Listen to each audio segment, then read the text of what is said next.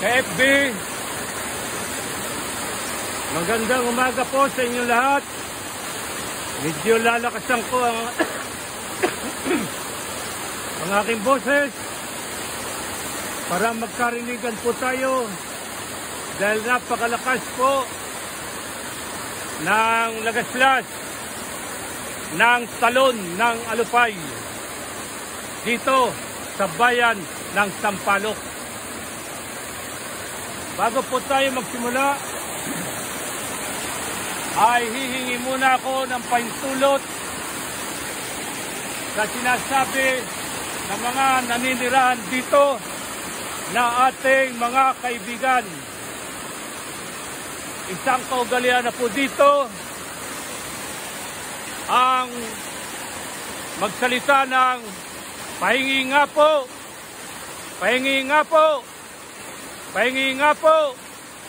Kami po ay mangingisda para po sa aming pang-ulam. Pahingi nga po. At kapag sumira ka sa kaugaliang yun, ay magiging kang biktima at magiging kang mga taong bato.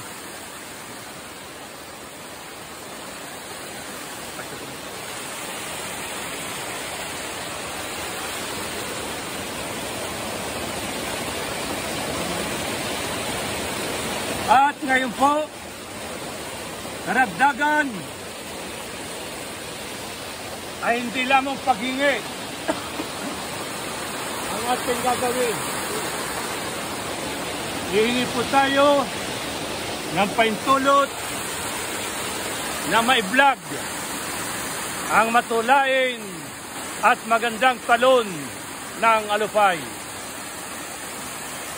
Pakikiblog po. Makikip-vlog po kami. Magbablog lang po kami. Hindi po namin kayo aabalahin. Hindi rin po kami hihingi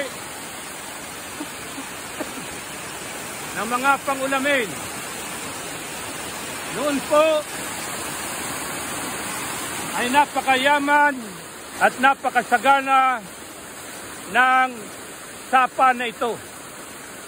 Napakarami po ang mga mahuhuli rito tulad ng banak, ng dalag, ng tilapia, ng silikan, ng palos, kabakab,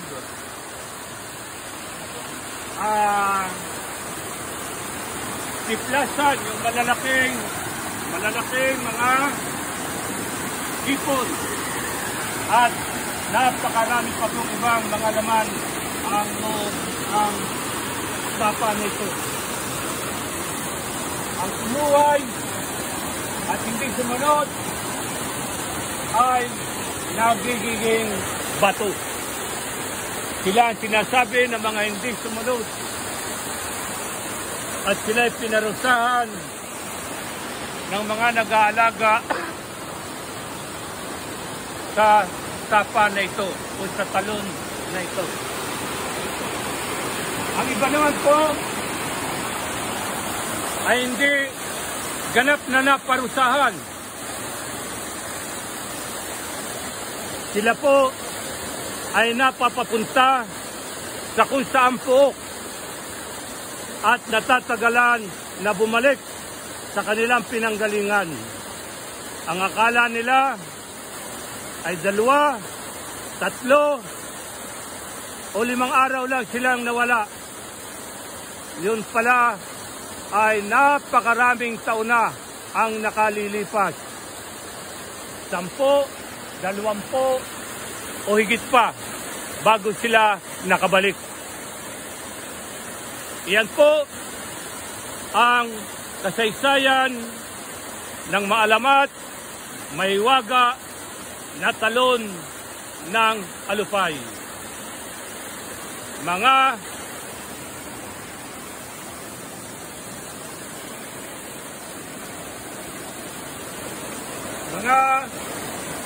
FB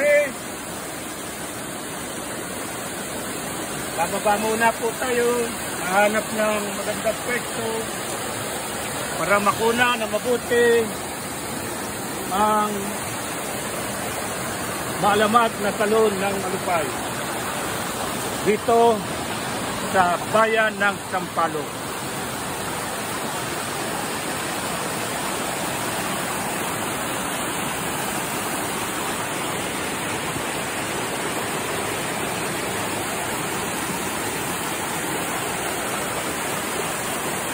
Mga KFC,